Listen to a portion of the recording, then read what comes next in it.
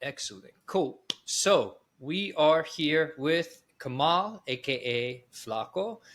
He is coming to us live from Istanbul, Turkey. Kemal, thank you so much for taking the time to do this today. Super excited to have you here. This is my first, I guess definitely my first interview with someone from Eurasia, crossroads between Europe and Asia. Definitely also my first interview with someone from Turkey. So super happy to have you here. Please introduce yourself a bit to the audience. Yeah, awesome. Thanks for having me, Frank. My name is Kemal, and I live in Istanbul, Turkey, right at the Bosphorus. So it's 5 minutes here at the second bridge that connects basically Asia and Europe.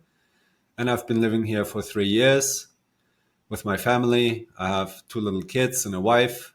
And what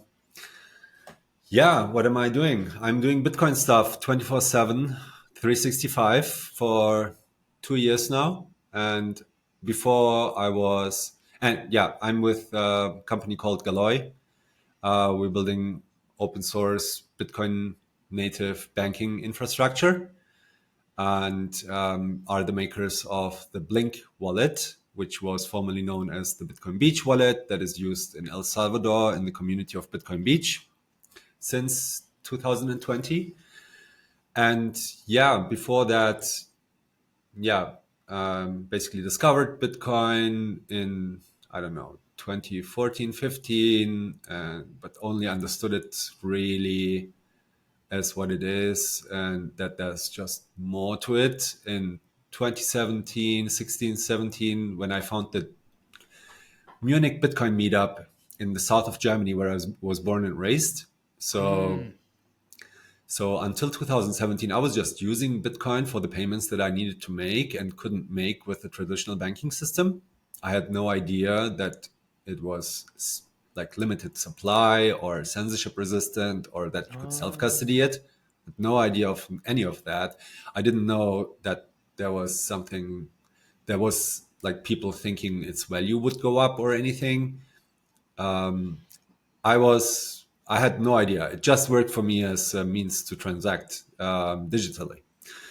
And only when I found basically, the community actually a friend of mine started to talk to me about altcoins.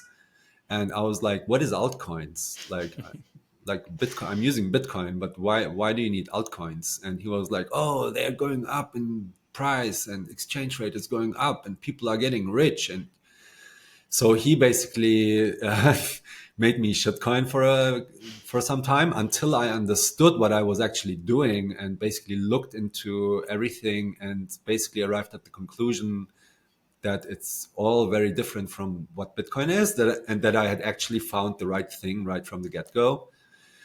And then I basically, we had an argument about that. And he thought, oh, you're not getting it. You're too idealistic. We can make a lot of money here. And I was like, no, I'm not interested in that. And I wanted to run a node. And he said, you cannot make any money by running a node. Why should you do that? But our ways separated there, and I found like the Bitcoiners at the Bitcoin Munich meetup, which is one of the oldest Bitcoin meetups in the world. It started in 2010, I think. And there's very knowledgeable people there, and they do a monthly meetup. And they have a Telegram group where they discuss things and answer questions to people who are curious or skeptical or have questions. And it's really helpful. It was really helpful for me. And especially like the conversations in the real world meetings with Bitcoiners were really helpful for me. And so that's basically my journey. And once the conviction was there, like I was thinking like, how can I contribute and give back with the skills that I have somehow? So I studied political science and law, and have been a marketer by trade for 20 years, mostly digital. So coding was not something I wanted to start learning to be able to contribute. But I also think that we're at a stage in Bitcoin where there's other skills than coding necessary to bring us to the next stage of adoption. Mm. And yeah, so I was very happy that basically I got an employment with Galoy where I'm paid to do what I've been doing in my free time before. Cool. Basically trying to onboard merchants, educate about Bitcoin, create awareness, and and so now I'm doing it in a professional team, and it's the best thing. Cool. Congratulations to you. And I'm going to get into what you do with Galoy in a little bit, but I just wanted to say I find it super fascinating to hear from people. I interviewed Okin, who's based in Namibia, who does a lot of great work with educating people about the benefits of Bitcoin there. And he came to it through this concept of remittances as well for payments. And it's interesting here because I think it's the inverse from a lot of the people that introduced me to it. For here in New York or in the States, people think about it as more as a hedge against inflation than they do as for the purposes of remittances or something like that. So it's really fascinating to hear from people that they came to it for the remittance purpose first, because I think that is probably the greatest. Well, no need to quantify it like that, but one of the most important dimensions of Bitcoin for sure. The permissionless remittance dimension is huge. So thank you for sharing. That's super, super interesting. I want to come back to obviously your personal story, but I want to sort of give the audience a little bit of a backdrop on what's happening on a macroeconomic level in Turkey. I continue to read about it. I have spoken with some friends there about what's going on, particularly in regard to monetary policy. Please correct me if I'm wrong. I think back in January, inflation was as high as almost 80, 90%. I think it's down to 40% or so now. But I'd like to hear, yeah, I know it depends on what metrics people are using, but I'd like to hear from you as someone living in Istanbul, what life is like right now in Turkey with inflation being this high. Yeah, that's a very interesting topic to watch, and yeah, I've been exposed to it now since October 2020, basically. So in the middle of COVID, we made the migration from Germany to Istanbul with the family, and when we arrived, basically the exchange rate for Turkish lira and US dollar was that you got for $1 you get 6 liras, okay, and I mean we could afford a lot more here than in Germany with the same amount of money that I was earning at that time. We could afford like our apartment is 5 times bigger. Was 5 times bigger here for half the rent that we paid in Istanbul in a one of the good quarters. But ever since the exchange rate has obviously like collapsed, the Turkish lira is becoming more and more toast. So currently we went from 6 Turkish lira per US dollar to 26 Turkish lira per US dollar. So that's the exchange rate. Obviously, prices are increasing as well. So when I first moved in to my apartment here in 2021, my rent was 6,500 Turkish lira. Okay. Which was at that time approximately $750. Okay. Now my rent is 15,000 Turkish lira, so tripled. Wow. And 15,000 Turkish lira is only $550. Wow. So it's insane. Yep. Right. And it's really interesting what's going on. Just watching the market and the prices. Things were really, really cheap when I arrived here. And now things are very, very expensive. So my wife is doing the grocery shopping, and she also knows prices in Germany. She can just look them up and compare products. And and she said in the beginning, like, "Oh my God, it's everything so cheap here. It was really a good idea economically for us to move to Turkey." Now that's different. Now things are more expensive than in Germany and even in Switzerland. Mm. So just last Friday, I went out with her to have a cocktail. Like, I don't know, we do it every once in a quarter when we have the nanny for the kids. So we went out, and just for a vodka long drink, we paid 360 Turkish lira, which is approximately 15 euros. And that's a price Wow. that you pay in, and it was not a very fancy place, I would say, but that's the price that you usually pay in the fanciest places in Munich, like the top discotheques, and it's really on the higher end of prices. And that was just a like very normal bar, and the Wow. people that came there were not Turkish people, well, few, but very upper class, well, upper middle class and expats who are probably earning dollars and so they can afford it. But people who are earning money on the domestic market, it's really been like everyone is asking, like, how do they actually make it? It's like if we talk a little bit about numbers, so 60% of the Turkish population, or the adult population, is working on minimum wage. Wow. So basically, everyone starts out with minimum wage, and that amount is pretty low. So I have to look it up what it is right now, because the prices are being basically, the wages are being increased, and that's centrally controlled by the government. So they issue basically some numbers, and then everyone has to increase the wages. Wow. So that's how it works. And that's basically, yeah. So first they do it for public officials. They did that for public officials shortly before the election. Okay.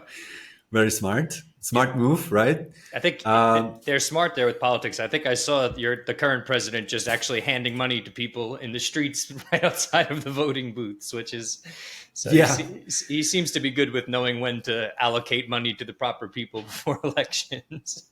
yeah.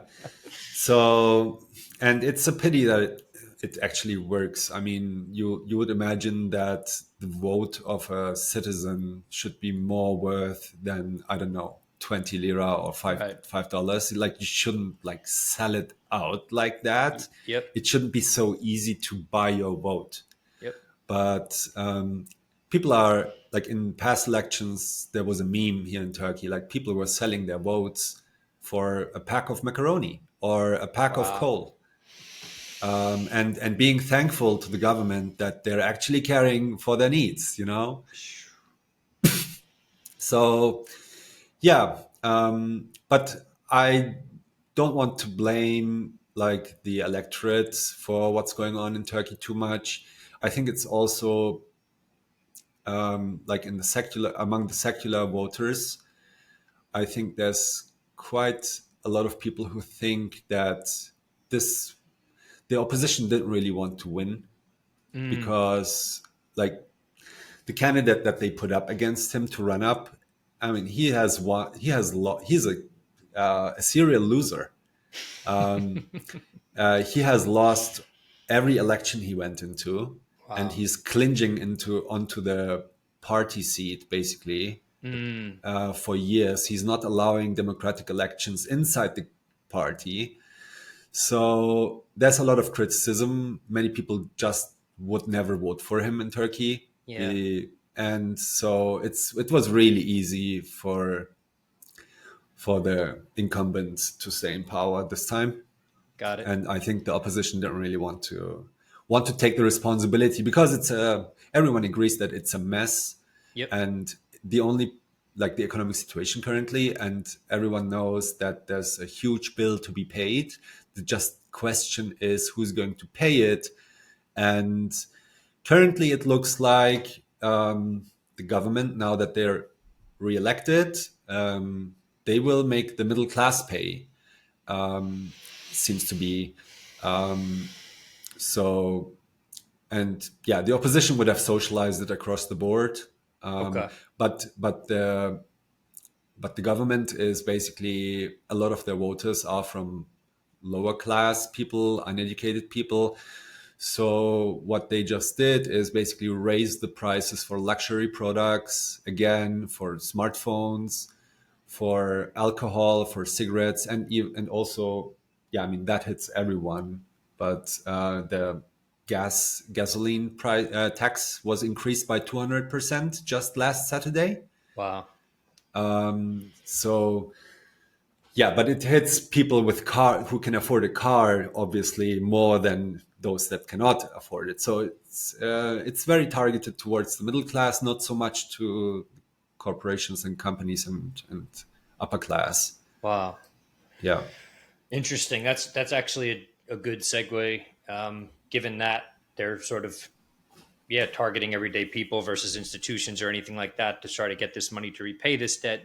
And given that everyday people are sort of struggling financially, especially those, like you said, who earn minimum wage, which is over half of the country, do people understand what Bitcoin is? Do they think of it as an inflation hedge? And I'll contextualize that a little bit by saying I think I read a Cointelegraph article last month that said if you measured the price of Bitcoin in Turkish lira, it actually hit an all-time high last yeah, month. I think that's the case. You just confirmed it. yeah. So, is the average person thinking about Bitcoin at all in terms of it being an inflation hedge? Does the average person not even have the money to maybe have any sort of position in Bitcoin, to own any Bitcoin? Is this not really a solution for most people, or are people starting to come around to it and think about it as less of like a, here we would call it, I guess, like a risk asset, and more as sort of a way to opt out of the current system? Yeah, I mean, the people are not a monolith. It's difficult to make general statements about 80, 90 million people. Yep. I mean, I have the comparison that I can make between Germany and Turkey. So what we did in Germany in 2018, I think it started. We had, yeah, basically some Bitcoiners, German-speaking ones. Yeah. You might know Der Gigi. Yeah. Uh, Sure. he was one of them. Then Dennis Reimann, who is working on BTC Pay server, and yeah, me, Daniel Wingen, a couple of others. Jeff from Fulmo.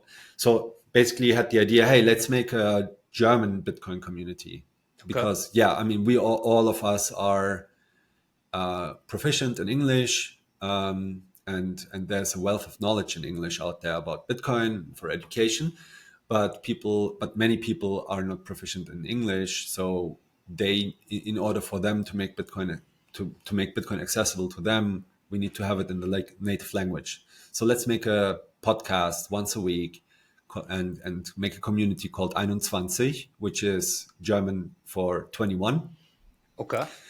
And yeah, and we started, and basically have been doing it for 4 years now. Wow. Every week, one rabbit hole recap style news show, and a couple of interviews with people talking about certain subjects.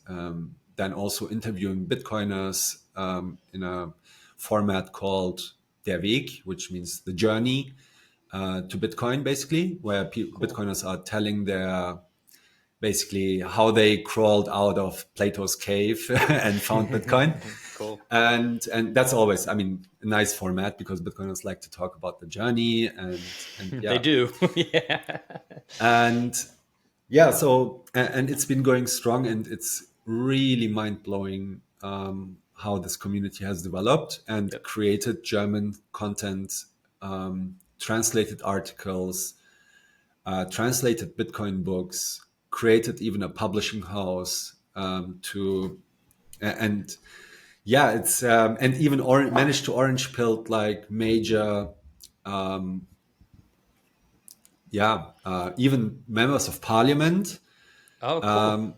and also like financial journalists and even feuilleton journalists who are now Mm. and there's Joma Mangold from Zeit magazine, Zeit, which is a famous German mainstream publication, and he wrote a book called The Orange Pill, which is very accessible to mainstream audiences.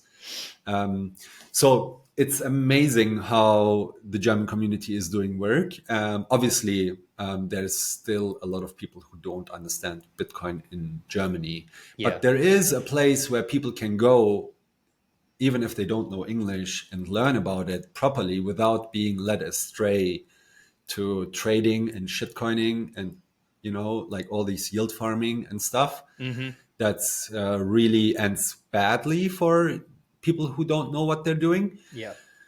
And and and that refuge for the willing, I would say, that want to learn, that foundation is was non-existent when I came to Turkey. Wow. And even more so, like all of the influencers that are here, they are a lot bigger than the ones in Germany. Like they have 20 to 50 times more followers. Like we're talking about 500,000 followers, million followers on Whoa. Twitter, Mm. and they are just pumping like tokens, giving Uh, signals, shilling ref codes for exchanges, advocating basically trading with leverage, and there is no mention of Bitcoin really. Bitcoin is being portrayed as antiquated technology that is too slow and old, and it's already pumped in too much. It's going up too slow. So yeah, and I think there is a misconception in the in the international world about what Bitcoin adoption in Turkey means, because when people refer to this whole to what we call crypto, yeah. and we try to separate Bitcoin away from that, Mm-hmm. in Turkey, all of that space is called Bitcoin. So when Ah. people say Bitcoin, they don't mean Bitcoin, BTC. They Mm. mean basically everything else, but they call it Bitcoin. So Oh. so when people talk about Bitcoin adoption is so great in Turkey, well, no, it's not. Yes, Turkey has really good infrastructure when it comes to exchanges. Yep. Just this year, BTC Turk is celebrating their 10th anniversary. Cool. It's one of the world's oldest Bitcoin exchanges. Very cool. And and it's very easy to buy Bitcoin and sell Bitcoin. I've never seen such a developed infrastructure anywhere in the world or heard of it. Like you can sell any amount of Bitcoin on a Sunday evening on BTC Turk and have it in your bank account 30 seconds later in Wow. Turkish lira. And the other way around as well. You can wire money and you have it instantly on the exchange. Wow. And you can buy Bitcoin and withdraw it to self custody if you want. Mm. It wouldn't take more than a confirmation because that's what the exchange requires. So the financial infrastructure here in Turkey with the banking system is very well developed, Yep. and the integrations with the exchanges are also pretty good. Mm-hmm. However, what's missing is really like people who are advocating Bitcoin and its true essence, and basically separating it from the rest. Yeah. Like real vocal educators, and so those have developed in the United States quite well. Yeah. There's many of them, and also in Germany now, as a result of the foundational work that has been done with 21, basically translating all of these articles that are out there that are excellent into German, just really broadens the audience and the chance that just a some YouTuber just understands Bitcoin and starts doing a very mainstream friendly YouTube show or propagating knowledge on TikTok or Instagram, like all those all those platforms that Bitcoiners shy away from. Yep. But we need to go there. And yeah, so in Germany that foundation has been created, and here in Turkey we're basically what we did when I came here is we thought, hey, this is a great concept, like we should try to replicate it here in Turkey. And so we forked basically the idea of 21 and called it Yirmibir, Okay. which means 21 in Turkish. Oh, nice. And we have a Telegram group and a website that people can find at yirmibir.org. And yeah, we're translating articles and we're doing podcasts and we are discussing Bitcoin and basically just, yeah, any topic is fair game, but we're moderating strictly to Bitcoin only. Mm-hmm. So discussion of any other thing, we tell people to do it elsewhere. And yeah, so we've been doing that since 2021, basically. So it's been almost 2 years, a little more than 2 years now.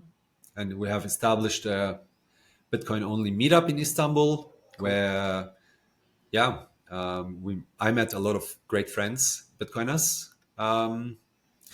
And in the second year, in 2022, last year, we also managed to do the Lightning Hack Days in Istanbul, together with the help of Fulmo from Berlin. So they were looking for a place to do basically the hack days, but it was not possible in Europe because of the COVID restrictions. And yeah, I told them, hey, let's do it in Istanbul. There's no problem doing an event like that here. Yep. And so that we did it, and we had like 250 developers here.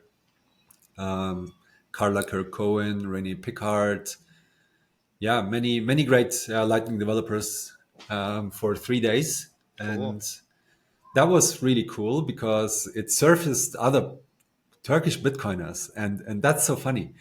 Like, who I found there is Burak. I don't know if you heard about him. No, I'm not familiar with the name.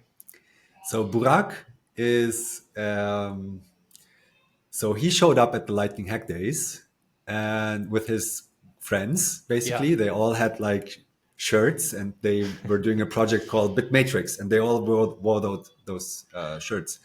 And I was like, what? I talked to him like, what are you guys doing? And he explained to me, completely was over my head what he was explaining. Yeah. He was building some sort of automated market maker on the Liquid sidechain, like that Blockstream built. And I thought, okay, well, that's interesting. And I was listening what other people thought about him that were a little bit more knowledgeable about what he was doing. Yeah. And they said, oh my, Kemal, this guy's a wizard.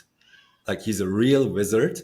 Cool. And actually later that year, he went on to break the Lightning Network with a multi-sig transaction. Like, all the nodes that were running LND, he made a multi-sig transaction that he broadcasted. It was a little bit out of the normal, out of the usual. And that broke basically the LND Lightning implementation by Lightning Labs. Yep. So that was an accident. But then, so he didn't do it on purpose the first time. But then he went on and did it again on purpose this time. I mean, it's good to know that these flaws are there for sure. So, yeah. Oh, yeah. Oh, there was a lot of controversy. Some people saying, oh, you should have disclosed it responsibly. Yeah, that's one way. I mean, he made the argument that Bitcoin is in the wild and people should just really be, getting their shit together if they deploy software in production and focusing on security more. Yeah, and so we met him, and the Bitcoin community first met him there. That was quite interesting. He now went on to propose like an entirely new scaling solution for Bitcoin. Cool. Which is called ARC. Okay. So people are very excited in the technical community about that. So yeah, that's how we found him. And it's just, the story of, and why I was telling this is because it's just always the same as I can tell in wherever you are. There's so many Bitcoiners out there, and you don't know, and most Bitcoiners think they're alone. And they're alone with this crazy world and with their understanding of Bitcoin. Right. And they stumbled upon something, and nobody else around them in the real world gets it. And Yep. they feel kind of like, am I crazy? You know, Totally. like, and I've been there for sure. Yeah. most of the Bitcoiners have been there. I've Yeah. been there myself, Yeah. like in the German community. And I don't know, is it a function of like the privacy awareness and not outing yourself as a Bitcoiner Hmm. because you might become a target, Yep. kind of OPSEC thinking? Yep. Maybe.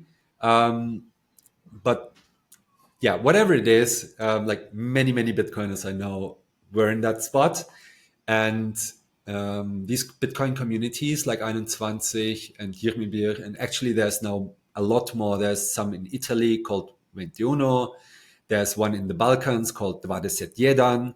There's one in El Salvador, 21, and in Portugal and Poland. So many communities are forking it, basically Cool. the concept to localize Bitcoin content into the native languages It's awesome. and building communities around that. But the more important thing is to, and Gigi has a nice video where he explains that it's important to set a beacon that other Bitcoiners can find. Yep. And you set a beacon and they find you like everyone wants to find the other Bitcoiners, but that's not how it works. You set a beacon and the other Bitcoiners find you, and that's how you grow like these communities. And I must say I've met like my best friends in these communities, like the most amazing, interesting, skilled people. Like it's quite mind-blowing. Yeah, and like Bitcoin is this shelling point where like nice people gravitate towards, kind of Totally. thing. Yeah. Yeah. It's you. There's a billion questions I would ask to unpack a lot of things that you said there, or to maybe to pull on a few of the things you said there to get more out of you. But we'd be here for hours if I touched on all of them. But one of the things that I think was really important is that I had the same feeling you did. Like, I'd like to contribute, but I don't really want to learn how to code. My background is in graphic design, graphic communication. I used to be in the music business. I did PR, I did marketing, I did work with Nice. artists. So a lot of person to person type work. Then I spent 12 years as both a lecturer at colleges and a teacher. And I worked mostly with immigrants. So I was an English as a second language teacher and a writing professor and stuff like that. And so I have all this sort of person to person work. And what started to happen for me is like, I don't want to teach them this anymore. I want to teach people Bitcoin. I want to teach people what I understand. And for me, that there was a bunch of different layers to work through.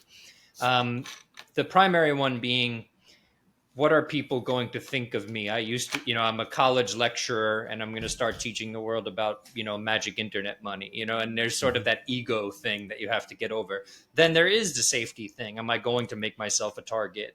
Then there's just a general thing. I've had, even family members say quite mean stuff to me because they don't necessarily see it the way I see it. I'm not going to say they Yeah. don't understand it. They just don't have the same feelings about the technology that I do.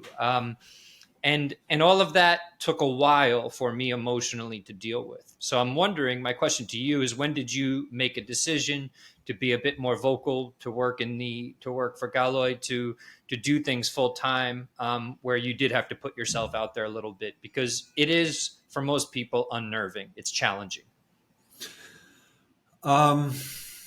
Yeah, I think one inflection point was the beginning of COVID, where it just everything was playing out as expected for me, at least. Mm-hmm. It was not very surprising what was happening to me. Yep. I had anticipated it and actually expressed, like, I didn't predict how it would turn out, but I described to her which direction we're going, like a half a year earlier.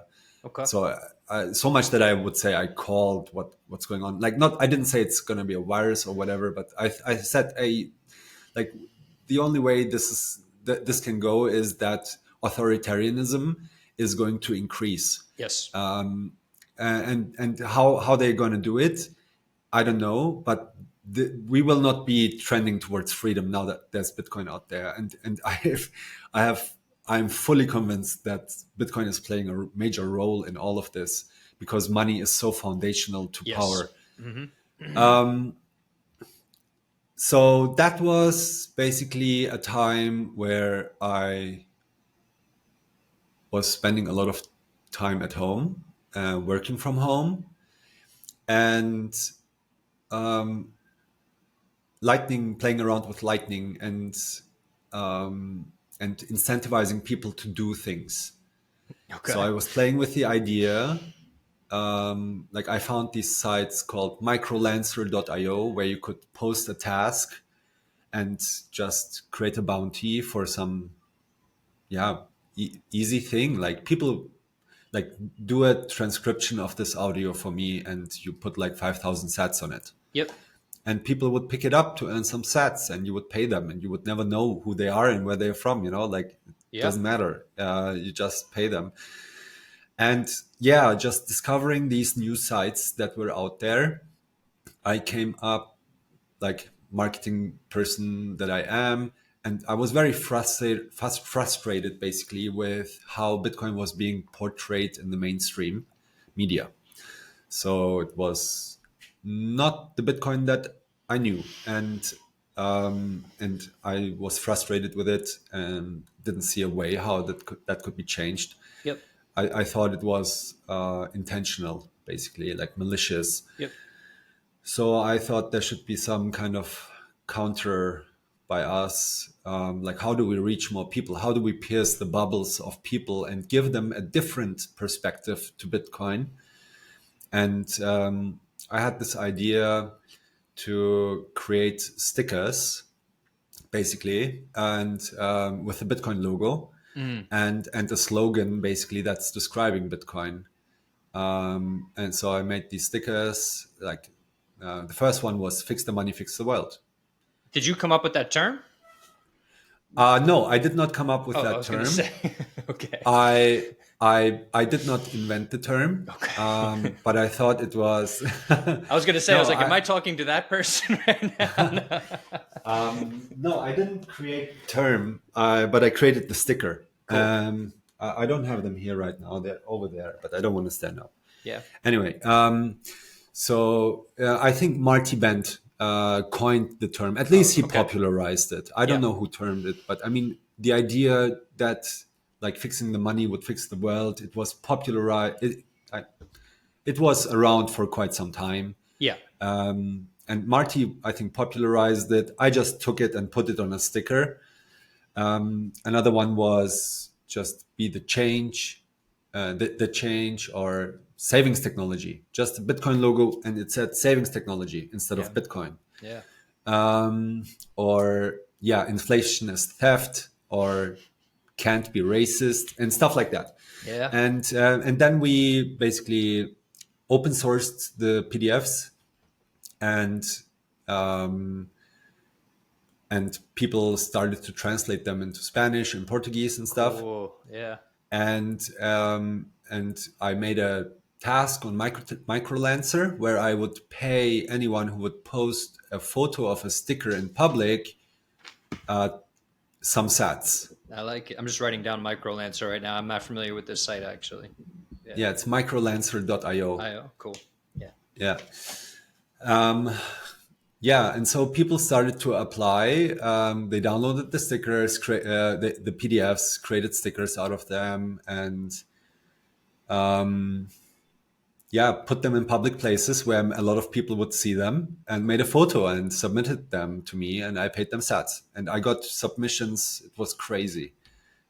From Pakistan, from Brazil, from Colombia, from Mexico. Wow. I think from over 50 countries, and they're coming in until this day. And like one of the and it was mostly places that I didn't know there were Bitcoiners. It was not United States or Canada or Australia or Great Britain, where we had some submissions from them as well. but the majority of people who were submitting stickers were from the global south.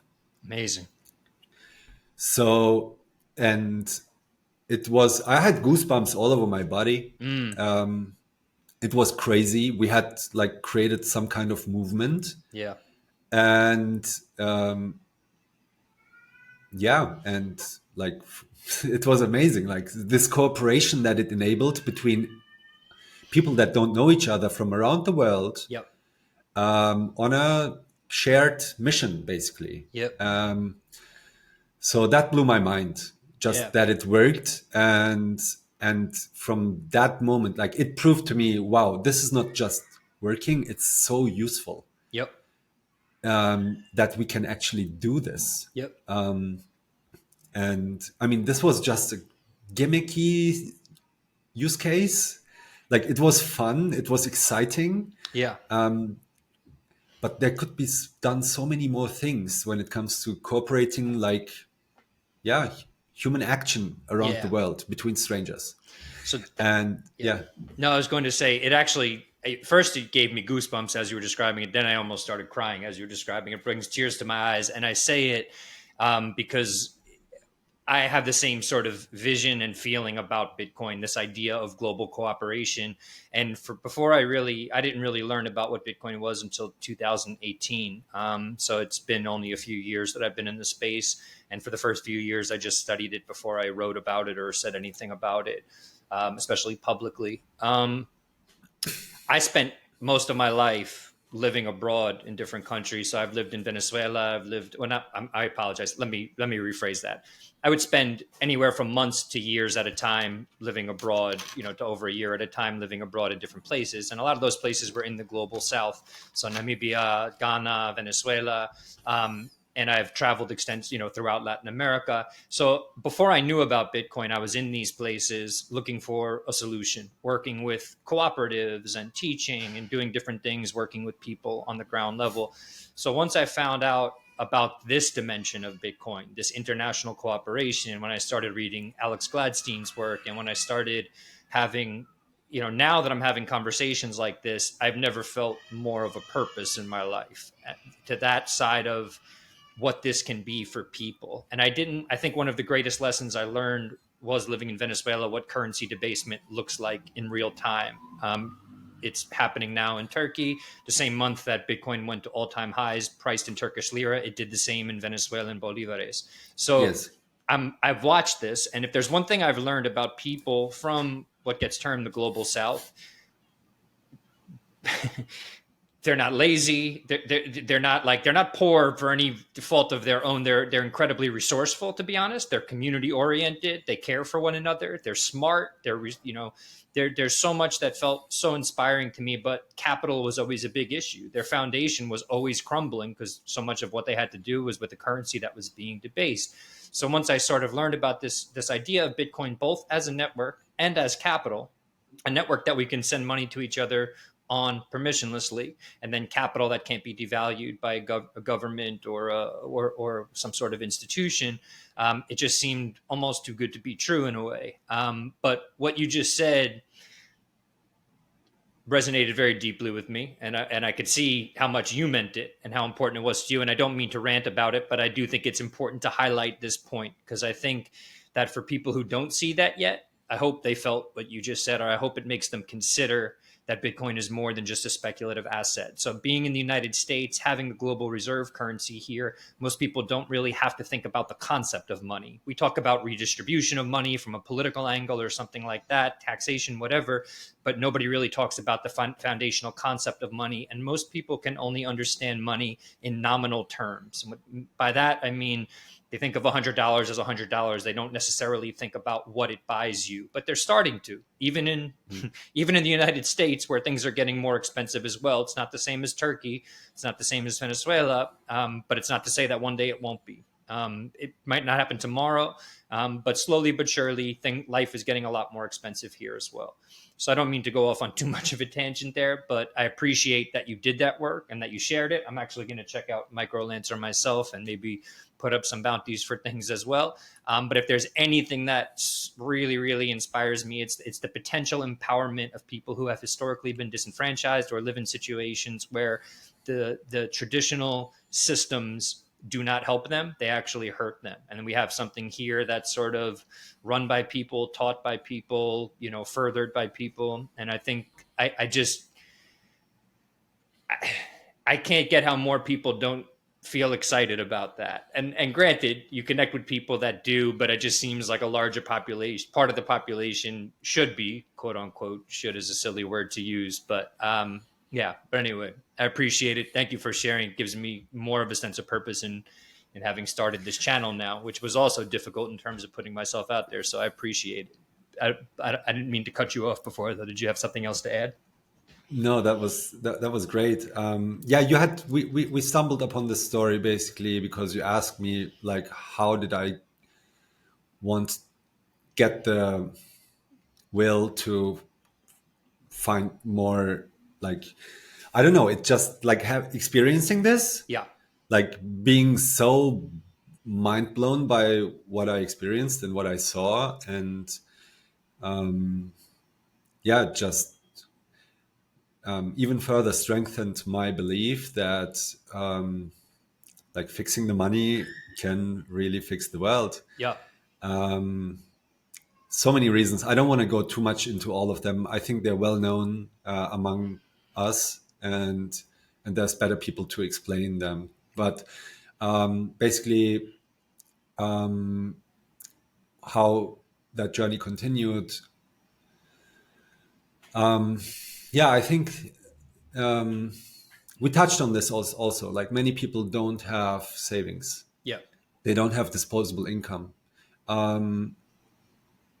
More so in developing countries than in the United States. But even in the United States, the people that have disposable income is barely 30%. Yeah. So saving in Bitcoin is some privilege for a minority. Yes. So how is Bitcoin useful to them? And we see that basically it touches also like to the use cases like Bitcoin, Bitcoin, Bitcoin, Bitcoin. Everyone is saying Bitcoin. Young people hear it. Young men especially hear it. That's true. They're curious about it. Like, what is this Bitcoin? What do people do with it? And they don't understand, like, they don't have the patience of waiting 5 or 6 years and being a little bit less inflated away. Yep. Like, that doesn't cut it for them.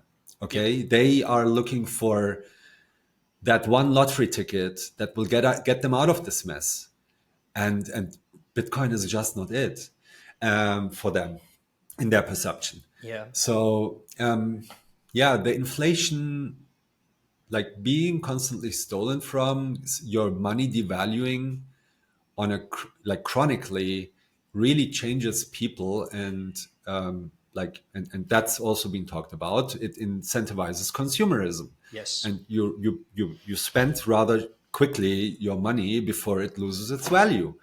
And I think that was also the case in Venezuela, where people would have tried to get all their groceries in the morning because in the evening the prices would have doubled. Would go up. Actually, just last Saturday I met with a Venezuelan here in Istanbul, and he said, I think the wild inflationary period in Venezuela, it was 2016. Mm-hmm. Is that correct? 2000. It got really bad at that point, but I think it was already getting bad by the early 2000s, like 2011, 12. It probably hit its peak around 2016 or 17, though. Yeah. Yeah. And he said, well, he was there in Venezuela in that run up to 2016 and also during the peak time. And he said, yeah, like you can tell that Turkey is going into that direction.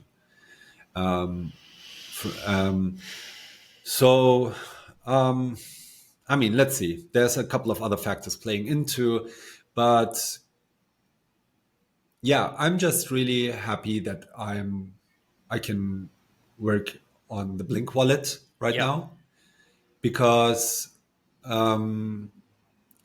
transacting with Bitcoin just makes Bitcoin tangible for people and gives it meaning and brings people closer to Bitcoin's true essence and purpose. Yep. Instead of just trading it for shitcoins on exchanges for profit, like or holding it for to not be debased as a savings tool. You know, I think and just because of the reality that most people don't have disposable income, but what they do have is a need to transact and across borders Yep. for low fees and instantly. Yep. And in a digital world, right, it's becoming more and more important that people can transact, and also that's important for refugees who don't have documentation but might have a cell phone number that they can create an account with. And so just I think giving people access to digital payments is really important. And the best way to do that is with Bitcoin and Lightning. Could I It's add something interoperable.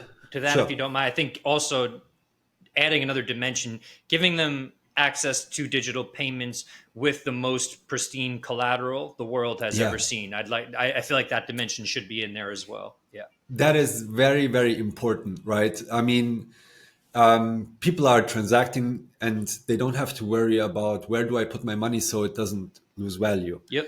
They already have the scarcest asset that will ever exist in the universe. Yep. And they're transacting with it. And if they manage to put something aside, they don't have to see, oh, where do I put it now? You know, like just keep it, just stack those sats. And if you economize well, you provide useful services, ideally in exchange for Bitcoin to the society, Right. and you get paid in Bitcoin, and just make more than you spend. Right. If you manage that, you have disposable income, Yep. right? And then you can put it aside to reduce uncertainty in the future, Yep. because that's what money does, right? We can plan ahead, we can be hopeful about the future, we can dream about the future, we can have plans for the future, and money helps us reduce the uncertainty around that. So yeah, I think that's a really important point. I think if people just transact in Bitcoin, they will just as a side effect save in Bitcoin, and that will be beneficial for them Yep. because their purchasing power will increase. Yep. They won't be stolen from. They not only will they not be stolen from, but most probably their purchasing power will increase because we're still so early in the monetization phase of Bitcoin. Correct. Yeah. And and so and I mean all of these. I mean, not the pristine asset, but all of the benefits of financial inclusion, which we're providing with Bitcoin, basically, they're known, right? Like it's clear, it's understood that it's not like financial inclusion does not necessarily always lead to wealth, but it's correlated. Yeah. So I think there's also something. It's something that it's the way that Michael Saylor tends to explain Bitcoin, talking about it as perfect property. But I also think about Bitcoin as property for those who can't afford property in a real world. It's kind of virtual property for those who can't afford it. So they have a stake in something. And sometimes we need that extrinsic motivation as human beings to feel that we're a part of something to help catalyze growth in our personal life, to maybe figure out a way to create more value for people, therefore to earn more money. So I think Bitcoin becomes a starting point. And when people, so I just interviewed Kumi Nakansa, Cowries Kumi, who does a lot of education in a region of Ghana that I used to live in. And he talks about how people get energized by knowing that they now have some. They've heard about it. They keep hearing like, oh, Bitcoin, Bitcoin. But the second he actually gives them some and says, oh, no, you have some in your own wallet now, it's yours, says they just sort of light up. And I don't think the concept there is I'm going to get rich tomorrow. The concept there is I'm financially empowered. That's what's happening Yeah. in that moment. And it's the beginning of something. It's not the end. You're not now rich because you have a certain amount of sats or something. But then they also sort of feel a certain, not only that catalyst, but then this sort of responsibility to now teach people about it as well. And that to me is one of the most fascinating phenomenons I've ever seen in my life. I mean, I'm only 41. It's not like I could say, make a grand statement like that, but it is such an amazing phenomenon. And I get to how the outside world, that can almost seem like what's it called, an MLM scheme, like a multi-level marketing scheme, where it's like everybody's teaching everybody. On some level, sure, if you want to classify it as that, that's fine. But the value proposition of Bitcoin, just the technology alone, the payment rails, the permissionless payment rails, there's real value there. Like, you can't, I mean, beyond the fact that you have a money that can't be debased and everything else. So it has some of these elements where I could see why people critique it if they haven't spent any time studying it. But it's like, there's so much more that's going on there, and what it does for people's psyches. Like you said, a lot of people can't necessarily save in it, but now there's honestly, like, you have like the Smiles app. You have things where you can earn Bitcoin for walking. You can earn Bitcoin for playing games, like the Thunder games and stuff like that. Mm-hmm. So even if you can't necessarily afford to take some of your fiat currency and turn it into Bitcoin, maybe you can earn a little bit. Maybe you can do something on MicroLancer and earn a little bit. Spend 2 hours, 3 hours doing something after your day job, which is just getting you by, to get something else. And I say that only from the perspective of someone like myself. For me, Bitcoin was the thing that started helping me get out of debt, my student loan debt, which in the United States is like a crushing reality. So do I feel that allies me with people whose fiat currencies are failing? Not necessarily. It's not that dramatic. But I understand this concept of being like, I thought I was doing everything right. Why am I in debt? Why can't I get out of it? Why do I feel like I'm barely treading water? Bitcoin was the thing. It was the catalyst that made me start learning about money, that made me change some of my habits to then economize more, as you put it, to save more. And I think it has the potential to do that for other people as well, if they're willing to learn and not just look at it like a risky investment or a gambling chip or something like that. So there's that psychological process of learning about it, and encouraging people to teach others, because we learn the most when we teach. I would always tell my students when I was teaching, like, if you want to see if you understand something, try to explain it to someone else. You'll very quickly realize what you don't understand about that thing, and then hopefully figure out what it is you don't understand, so that next time you explain it, you do a little bit better. I apologize about the ranting. You just got me pumped up with some of the stuff that you said. No, that's awesome. And let me share something with you, Frank. Sure. I don't know. Yeah. I don't know. I think I've never really saved money before I found Bitcoin and understood it. Yep. Like, I was just spending it because, I mean, I never understood money. Despite me studying political science, writing thesis about the European Central Bank, right, and I never really got it. Like, what is it? Yep. Like, how does it work? How does it relate? How important is it? Who creates it, etc.? I had no idea. I was just regurgitating what the textbook was telling me. Yeah. And I got great A grades and stuff, but I never really got the understanding of what is money. Yep. And why is it broken? Like, I knew something was wrong. I couldn't put my finger on it. I just didn't save in it, because they also say you shouldn't put your money in something you don't understand. So I just spend it. I don't know. I was young. That's fine. Yeah. But my saving and my long-term, low time preference, basically my saving and thing, that only started with Bitcoin when I understood it, and basically understood the importance of saving and the return it can bring me, actually. Yep. Especially like in a pristine digital scarce asset. Yep. Saving in that. So it does change people on a personal finance level. Yes. I think. Obviously, for a lot of people in places where there's financial, like capital controls. Like, I heard stories about people in Nigeria, young people who have money, but they can spend it because there's restrictions on how they can use their own money. And I think these barriers are just evil, and they need to be torn down. Yes. And like, they are dividing people. they're putting people at disadvantage in a time where that's not necessary. Yes. And it's not just on an individual level, it's even on a continental level. If you look at Africa with the CFA franc, Yep. and the injustice that it is being pushed upon, I think 14 different 15, countries in 15, I Africa. think. Yeah, 15 different central banks issue the CFA franc, I think. Yeah, and yeah, I mean, Alex Gladstein wrote about this.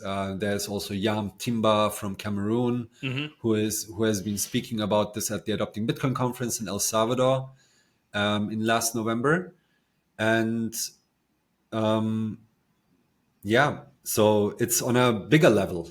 This fraud, this injustice, these barriers, and like straight up theft and exploitation is like, it's like we are whining about a little bit of inflation, Right.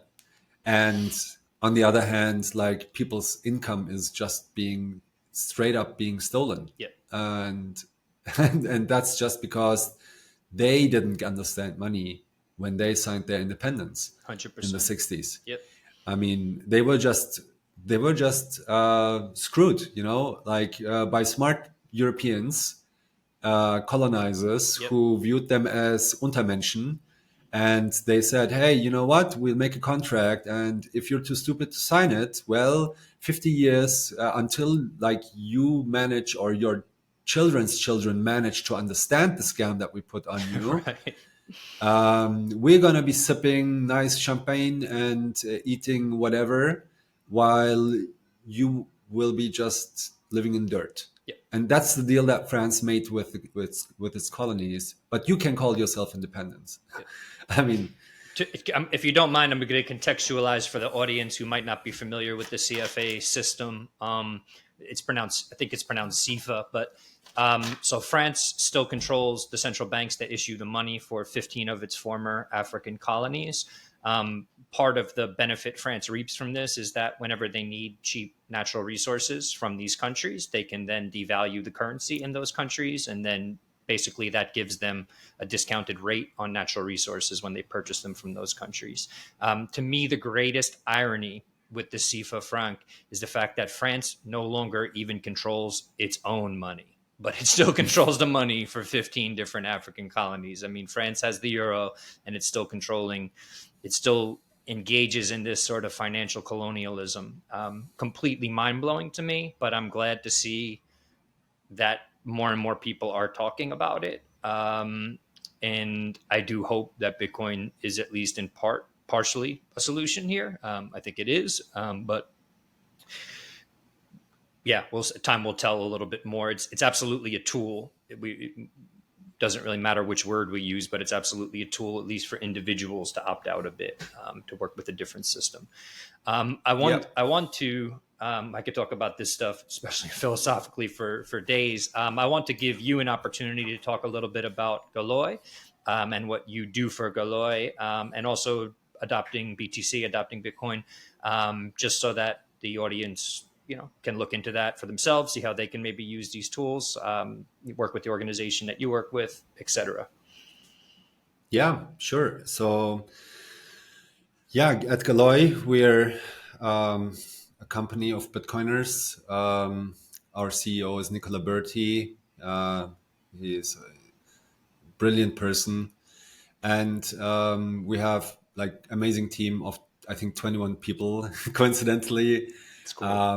around the world. So it's we have no headquarter. Everyone is just scattered around the place, wherever they are. And yeah, we just work asynchronously most of the time. And yeah, we work on making basically banking open source with Bitcoin. Yep. Could you explain a little bit what that looks like? Even I am partially unfamiliar with exactly what that looks like.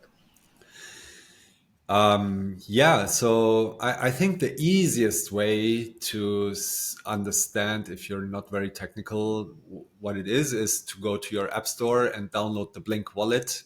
It's available for iOS and for Android. Yep.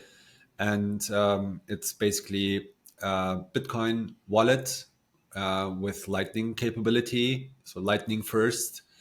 It has, it's a custodial wallet, so you don't have your keys, but it's very easy to onboard with just a phone number Yep. or an email address.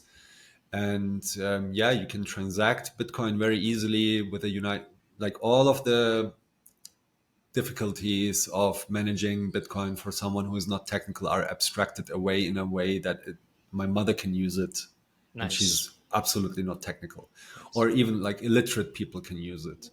And just a good tool to have on your phone in your toolbox, for spending, receiving Bitcoin. It's great for merchants, and there are merchant tools. But basically, it's one instance of a Bitcoin bank that can be stood up with the open source Galoy stack. And so actually that happened. If you heard about Bitcoin Jungle in Costa Rica, so there were some Bitcoiners there. They found the code that we wrote, and they forked it and stood up the Bitcoin Jungle app Amazing. from that. Cool. And so that's basically the app that they're using there. There's also other people using it, but basically it's got custody. So the funds are secured with a multi-sig in a cold storage, the majority of the funds. Nice. So that's secure, and only a portion of the funds, I don't know, like 2 to 3%, are in a hot wallet, so people can transact with it, right? And that usually suffices. And then there is accounting, and so basically, the users don't really own the private keys. Okay. But they have accounts. Okay. And all of that accounting needs to be proper, right? It needs to be double entry accounting. I mean, you have to be accurate in finance. So, and you have to have all of these solutions for Bitcoin as well when you do accounting. Yep. So we built all of that. Then there is Stablesats, which is quite exciting, I think, because obviously when you're transacting with Bitcoin, one challenge is the volatility of the Bitcoin exchange rate.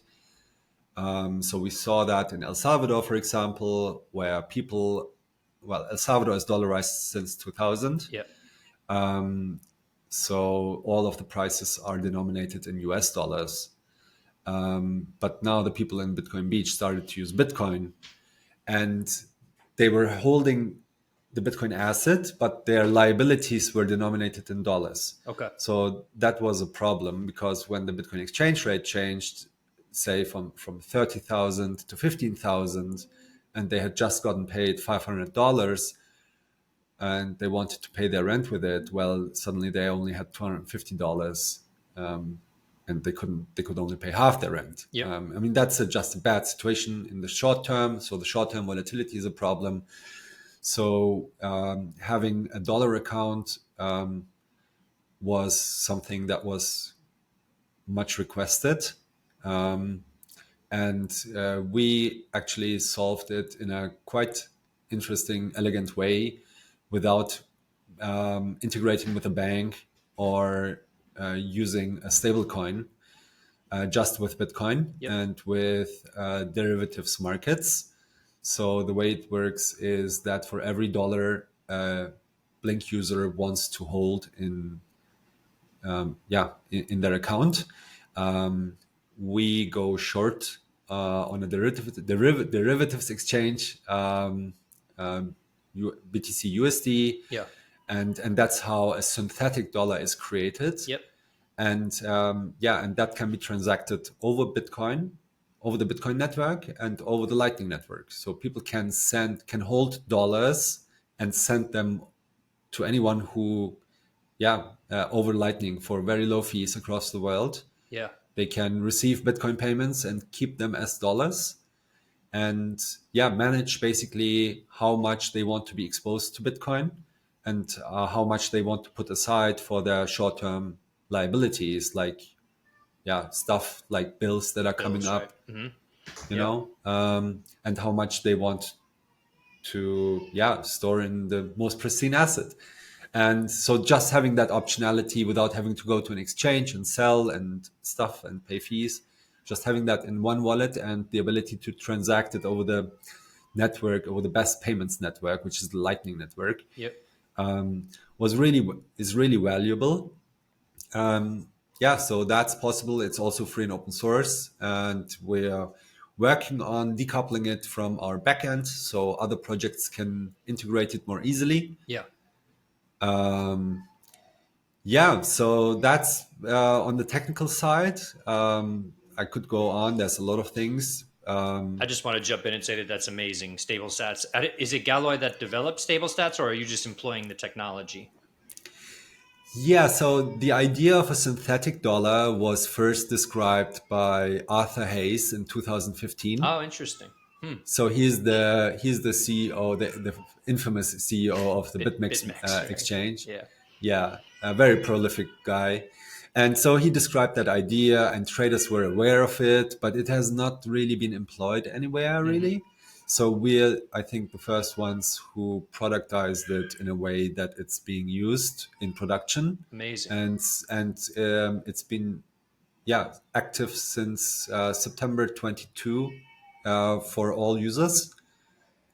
So transacting dollars over Lightning is a thing. Yeah. So people are so waiting for for Taproot assets or other things, but or there. I mean, there's a lot of demand for Tether, but I think Stablesats has different trade-offs, but has amazing benefits as well that Yep. are, I think, all things considered, superior just because it's interoperable over Lightning and low fees. And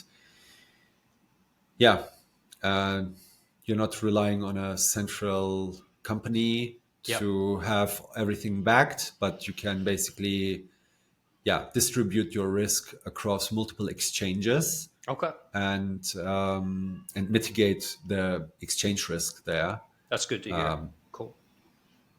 Yeah. So it's a different approach, and I think there's a couple of companies that are interested to and looking into it, because like some ones that are operating in countries with capital controls, so they are operating, for example, in Argentina, and and can't get their dollars out of the country, Right.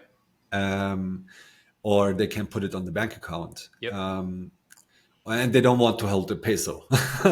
So what do they It's a do? tough one to hold. They could buy Bitcoin basically and put it into stable Right. sats and just have dollars and be able to send it across the world without relying on the banking system. Yeah.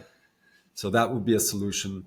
But those things are coming. I think what our focus right now is really like bottom up adoption Yeah. with Bitcoin, because we can already live on a Bitcoin standard and we can improve so many lives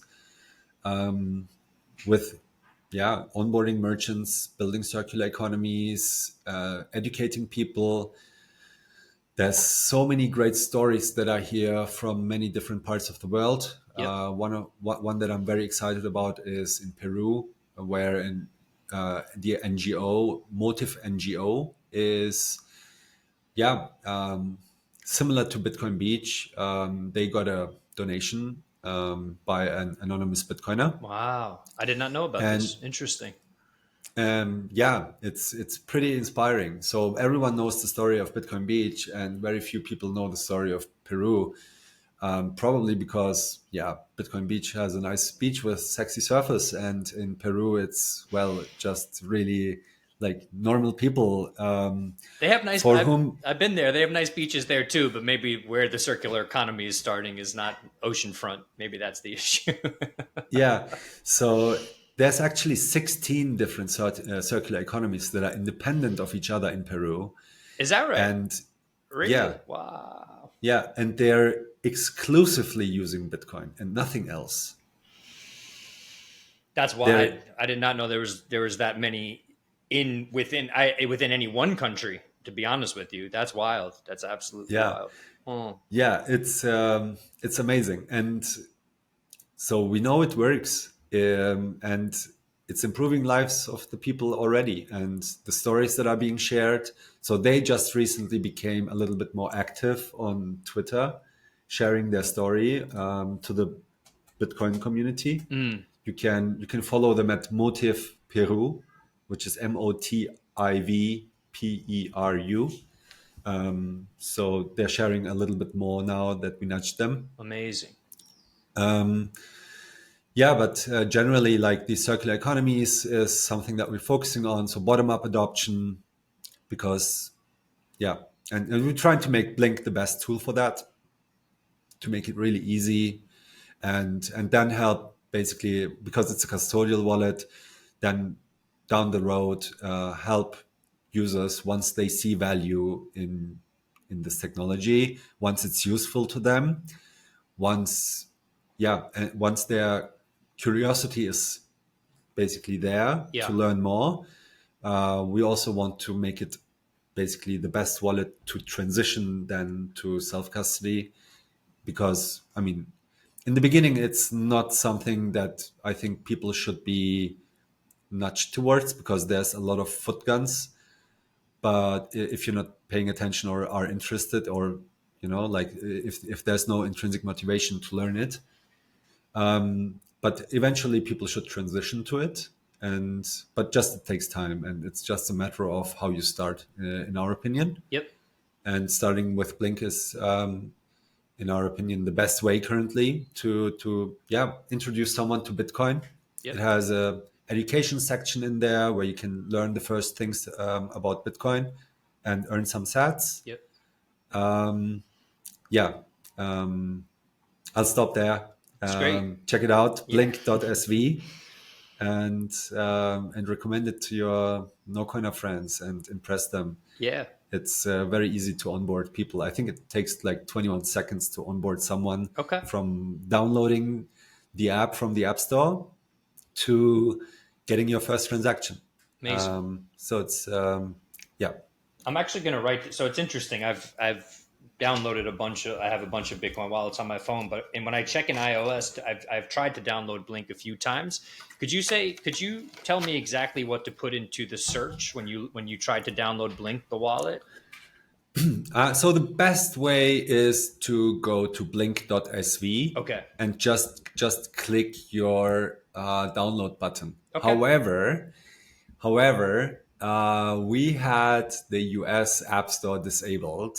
Well, that's maybe the issue then, because I was going to say I'm pretty good at finding this stuff, and I have not been able to download it. I just wanted to mess around with it to see what it was like. So we can't get it in the US, you're saying? For the time being, maybe Okay. once you release this interview, it might have changed already. Okay, cool. That's good. So we have to make sure that we don't serve US customers somehow. But I think that delisting it from the US App Store is maybe not the best way. So yeah, we're working on that. But yeah, it's mainly not for the US. Yeah. It's more for people living in the global south, in basically all other countries except the US, because it's really like we are developers and not lawyers, and the United States is very strict with some things, Yep. and we really don't want to be entangled in something. Understood. Yeah. So, It's sad. yeah. It's super sad to hear that, and at the same time comical. To still to hear politicians talking about the land of the free and all this stuff, and it's the place where so many people are afraid to now take part in financial innovation. And the worst place for it in the United States is where I live, New York. We're not in New York. We're not The allowed bit license. Yep, the bit license. We're not allowed to use Strike. We're not allowed to use Swan. We're not allowed to use River. We're not allowed to use the majority of other exchanges out there, which often puts me in a tough situation, because I actually do advocate for Coinbase, and I know there are many reasons not to. Don't get me wrong. I understand the arguments, but it is one of the 3 native crypto exchanges that I have access to in New York. And the only reason that I want it here is because I need something, just in case there's issues with Gemini and Bitstamp, the other two. I need as many options as possible to stay up. So it's tough. It always puts me, I'm defending something that I do have philosophical issues with, because all of these other platforms that are doing a great job, that are Bitcoin focused or Bitcoin only, we can't even access in the place, in the city where Wall Street exists, where you're supposed to be able. The great firewall of Wall Street. How insane is this? Like, it's just totally, and I write about it a lot. I've written about it for NASDAQ and for other websites. And it just totally blows my mind. I get it. It's New York defending old money, the old system. I totally get that. To me, it's embarrassing, though. It's like, you're going to lose this eventually. You know. And if you don't lose it, that means we've entered into like pure authoritarianism, which we don't. So one way or another, this doesn't end well if you don't just let it be and allow these companies to operate here.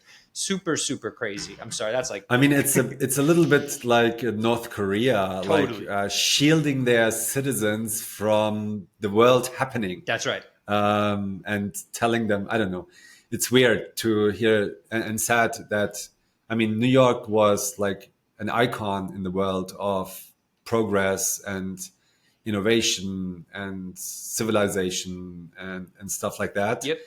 And hearing these things is very out of character for what I had in mind. That's it. Like, I've been to New York once, 20 years ago, but yeah.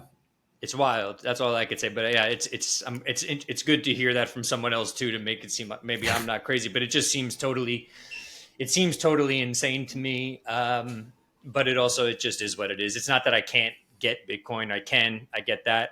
But we do see, we do have to worry about the Gary Genslers and Elizabeth Warrens of the world, the people who do have authoritarian tendencies. And I know people may think I'm being hyperbolic when I use those words, but the way that I define authoritarianism is when you start feeling that you're more powerful than the rule of law. And the rule of law, at least in the United States, stipulates that Congress has to rule on certain things, that local governments have to rule on certain things, and then regulators or regulators enforce those rules. Whereas now we have sort of politicians and regulators sticking their neck out saying this stuff is bad, this is this, blah, blah, blah, blah, kind of acting. These are, in terms of Gary Gensler, these are unelected bureaucrats saying, you can do this, you can't do this. It's like, no, you don't get that power. I will give credit to Gary Gensler in that. I do think the majority of other, if not, I won't say all, but I do think everything else, if you're going to look at it through a traditional lens of finance, is a security. That's fine. And I'm glad that he's at least said that Bitcoin isn't. I think that's the one place where he does deserve credit. But he has also played a lot of games behind the scenes to do things like to hinder GBTC from becoming the ETF in the United States and all that kind of stuff, which greatly impacted Bitcoin's price. There was a lot going on. Not that really in the long term will matter all that much, but it does frighten me just through that lens of people in government having too much power, having too much say in things that they shouldn't necessarily have say in. And the fact that New York is sort of the worst of it because we have a local government. In New York, we put a 2-year moratorium on Bitcoin mining. You can't mine Bitcoin in most of New York. It's just like, how is this possible? Like, what's going on? So anyway, it is what it is. It seems like a couple of crazies are taking over some states in the United States. Yes. And pushing through with their agendas. But I mean, at least it's not like that across the board in the United States. Right. And you can actually move to Texas or, I don't know, Florida or something. Right. Yep. If you're really fed up with it. I'm getting there. I have my mother and 3 sisters here. It's still tough for me to leave them. But it's getting hard to be involved in this world with all the restrictions that exist. Our mayor kind of talks a pretty good game about like, we got to get rid of the bit license and this and that, but nothing has really happened. And, it is what it is. Anyway, I could go on forever talking with you. I have a billion other questions. For now, I'm going to kind of cut this here, but I want to sort of open the platform to you. Is there anything else that you would like to share, whether it's about Galoy or anything you want people to understand about Bitcoin before we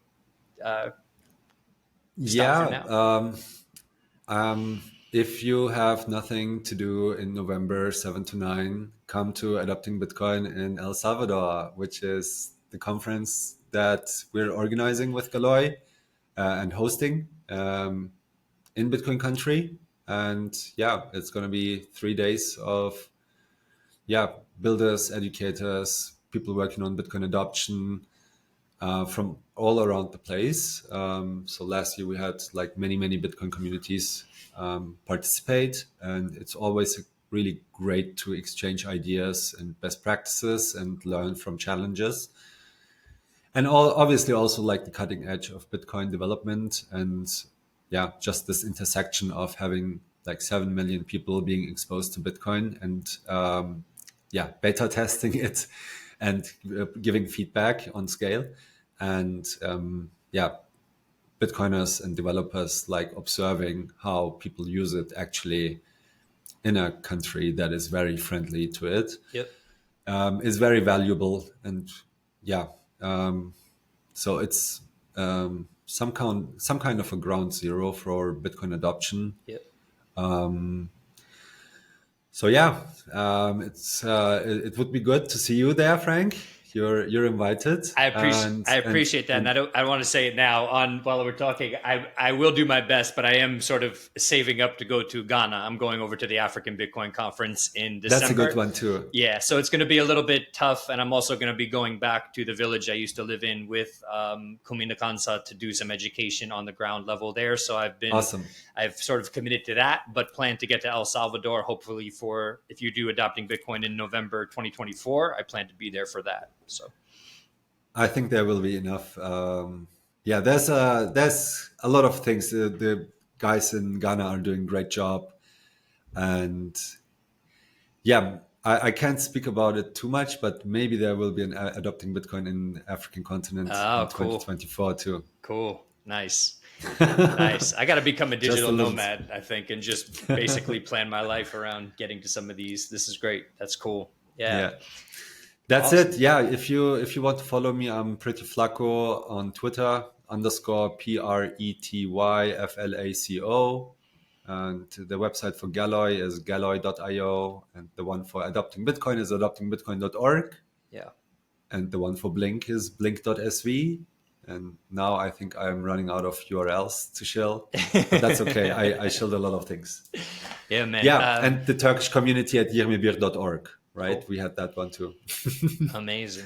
Well, I can't thank you enough for doing this. This is a new podcast, a new channel. And I appreciate you taking this much time out of your day to speak with me. It really was a pleasure. I've enjoyed this very much. And I look forward to staying in touch. Likewise, Frank. Thanks for having me. My pleasure. Take it easy.